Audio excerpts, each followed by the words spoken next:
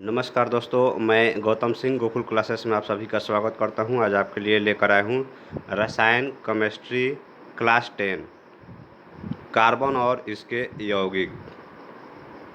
Guess किया हुआ प्रश्न VVI objective question NCERT pattern पर आधारित चैप्टर नंबर ये 4 है। सभी क्वेश्चन एनसीईआरटी पैटर्न पर आधारित है। दोस्तों, आप हमारे पिछले वीडियो में चैप्टर 1, 2 और 3 का देख सकते हैं। दोस्तों, यदि चैनल को सब्सक्राइब नहीं किए हैं तो प्लीज़ चैनल को सब्सक्राइब करें और बेल आइकन प्रेस कर दें ताकि अगले वीडियो का नोटिफिकेशन आपको मिलते रहेगा। अगला वीडियो होगा चैप्टर 5 और चैप्टर 6। तो चलिए दोस्तों, स्टार्ट करते हैं कार्बन और इसके यौगिक से संबंधित objective question VVI NCERT pattern पर आधारित। पहला क्वेश्चन है, प्रयोगशाला में संश्लेषित पहला कार्बनिक यौगिक है CH4। प्रत्येक क्वेश्चन का 4 ऑप्शन होगा, CH4, CH3CO CH3 या NH2CO या NH2 CH3COOH। तो दोस्तों, आपको हम बता दें कि प्रयोगशाला में संश्लेषित पहला कार्बनिक यौगिक होता है NH2CO NH2। हमारा आंसर हो जाएगा ग नंबर।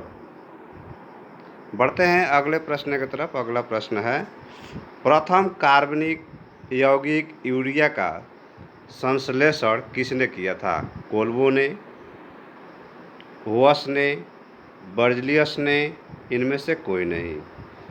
प्रथम कार्बनिक यौगिक यूरिया का संश्लेषण वॉश ने किया था। हमारा आंसर हो जाएगा ख नंबर। बढ़ते हैं अगले प्रश्न की तरफ। अगला प्रश्न है, जीवन शक्ति के सिद्धांत का प्रतिपादन किसने किया था? बर्जलियस, लवॉजे ने, वॉश ने या कोल्बे ने? तो दोस्तों, आपको हम बता दें कि जीवन शक्ति के सिद्धांत का प्रतिपादन बर्जलियस ने किया था। हमारा आंसर हो जाएगा क नंबर। बढ़ते हैं अगले प्रश्न की तरफ। अगला प्रश्न है, कार्बनिक यौगिकों में निम्नलिखित कौन से गुण पाए जाते हैं? ये रंगीन एवं गंधहीन होते हैं, इनके क्वथनांक अथवा द्रवणांक निम्न होते हैं, ये कार्बनिक विलायकों में अविलीय होते हैं, यह साम्यता प्रदर्शित नहीं करते हैं। कार्बनिक यौगिक में निम्नलिखित कौन से गुण पाए जाते हैं? इनके क्वथनांक अथवा द्रवणांक जो है भिन्न होते हैं, निम्न होते हैं। तो हमारा आंसर हो जाएगा दोस्तों ख नंबर। बढ़ते हैं अगले प्रश्न की तरफ। अगला प्रश्न है, कार्बनिक यौगिकों में तत्वों के संयोग का आधार होता है प्राय किससे? विद्युत संयोजकता, सहसंयोजकता, उप सहसंयोजकता, इनमें से कोई नहीं। कार्बनिक यौगिकों में तत्वों के संयोग का आधार होता है सहसंयोजकता से। हमारा आंसर हो जाएगा ख नंबर।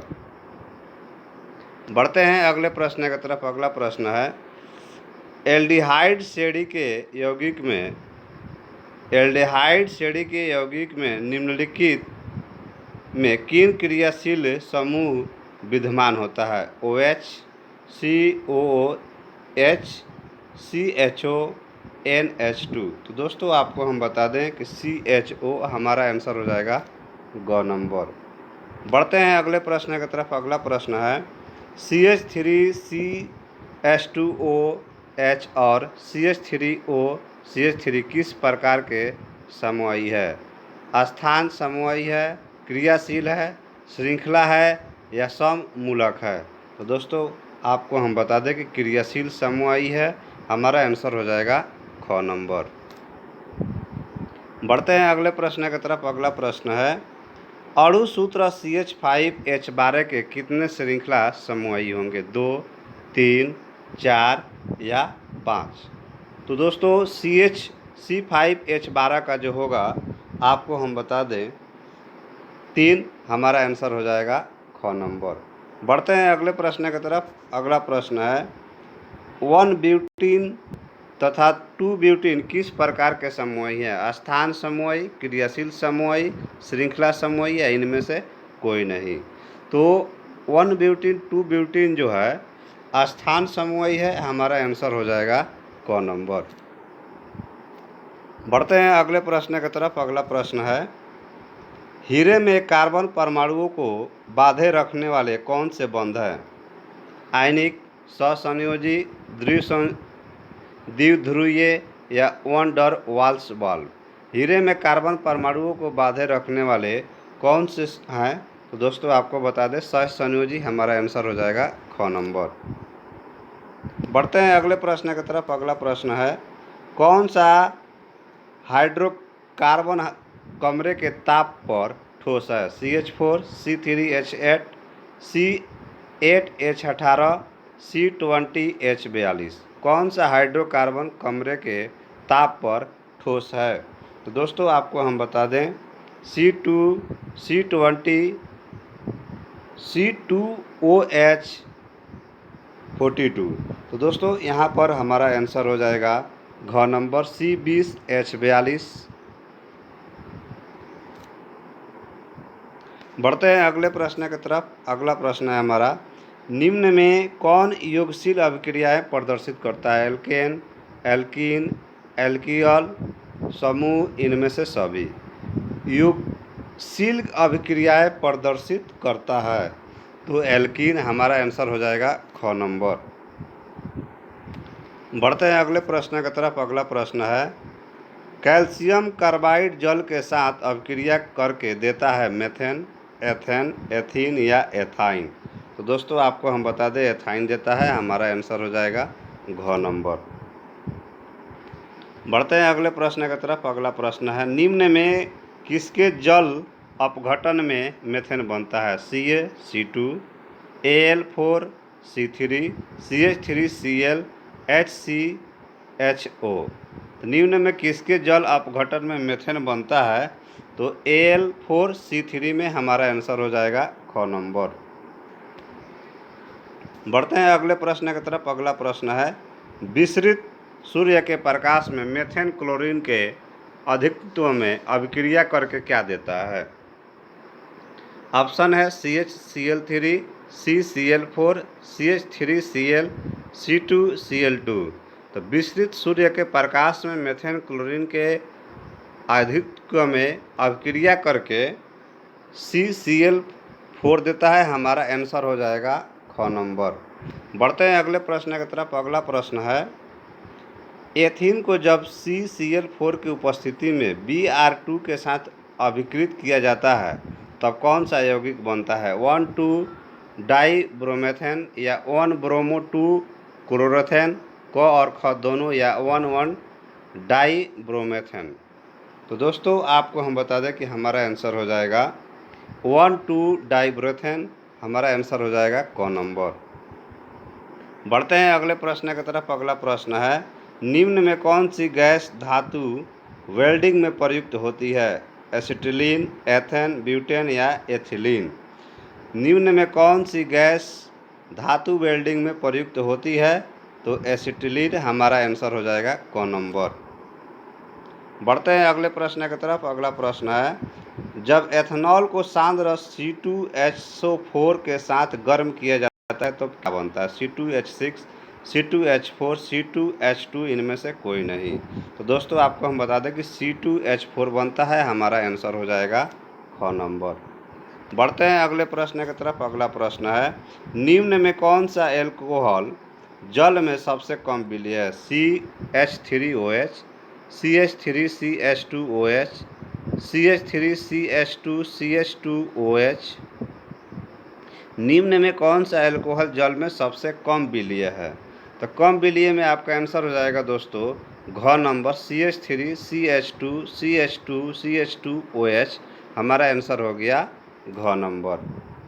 बढ़ते हैं अगले प्रश्न की तरफ। अगला प्रश्न है, एल्कोहल बनाने में शर्करा का किण्वन किसकी क्रिया से होती है? एंजाइम, ऑक्सीजन, वायु या कार्बन डाइऑक्साइड। तो दोस्तों आपको हम बता दें कि एल्कोहल बनाने में शर्करा का किण्वन किसकी क्रिया से होती है? तो एंजाइम से होती है, हमारा आंसर हो जाएगा क नंबर। बढ़ते हैं अगले प्रश्न की तरफ। अगला प्रश्न है, ओलिक स्टीयरिक या पामिटिक अम्ल है, न्यूक्लिक अम्ल या एमिनो अम्ल या वसीय अम्ल, इनमें से कोई नहीं। तो दोस्तों आपको हम बता दें कि वसीय अम्ल है, हमारा आंसर हो जाएगा ग नंबर। बढ़ते हैं अगले प्रश्न की तरफ। अगला प्रश्न है, एथेनॉल को निम्नलिखित में किस ऑक्सीकारक के साथ गर्म कर एथेनॉल अम्ल बनाया जाता है? क्षारीय KMnO4, अम्लीय K2Cr20, K2Cr2O7, क और ख दोनों, इनमें से कोई नहीं। तो दोस्तों आपको हम बता दें कि एथेनॉल को निम्नलिखित में किस ऑक्सीकारक के साथ गर्म करके एथेनोइक अम्ल बनाया जाता है? तो क और ख दोनों, यानी कि दोनों से बनाया जाता है। आपका आंसर हो जाएगा ग नंबर। बढ़ते हैं अगले प्रश्न की तरफ। अगला प्रश्न है, डालडा में उपस्थित वसा अम्ल किस प्रकृति का होता है? संतृप्त या असंतृप्त, आंशिक संतृप्त या अति संतृप्त? डालडा में उपस्थित वसा अम्ल किस प्रकृति का होता है? तो संतृप्त होता है। हमारा आंसर हो जाएगा क नंबर।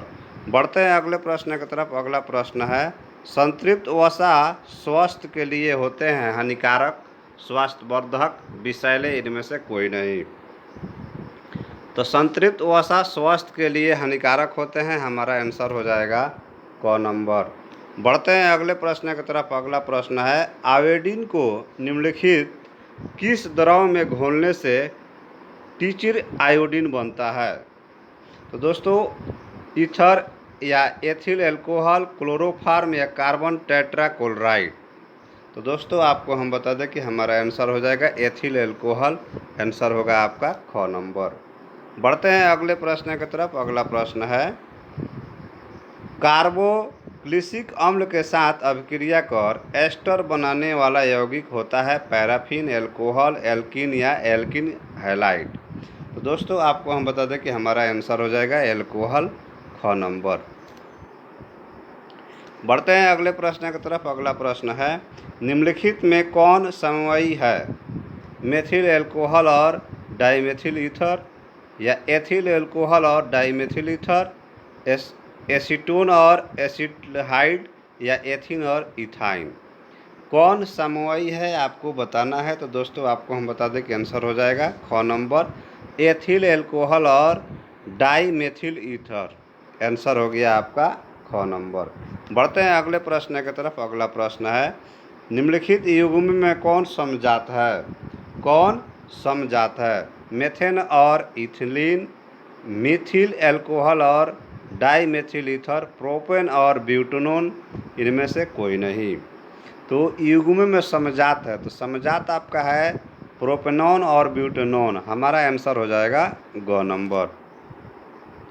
बढ़ते हैं अगले प्रश्न की तरफ। अगला प्रश्न है, संतृप्त हाइड्रोकार्बन श्रेणी के सदस्य कहलाते हैं एल्काइल, एल्कीन, अल्केन, एल्कनॉल? तो संतृप्त हाइड्रोकार्बन श्रेणी के सदस्य कहलाते हैं एल्केन। हमारा आंसर हो जाएगा ग नंबर। बढ़ते हैं अगले प्रश्न की तरफ। अगला प्रश्न है, असंतृप्त हाइड्रोकार्बन देता है प्रतिस्थापन अभिक्रिया, युगशील अभिक्रिया, विलोपन अभिक्रिया या किण्वन अभिक्रिया? असंतृप्त हाइड्रोकार्बन देता है, असंतृप्त हाइड्रोकार्बन देता है। आपको बता दें दोस्तों कि युगशील अभिक्रिया। तो हमारा आंसर हो जाएगा ख नंबर।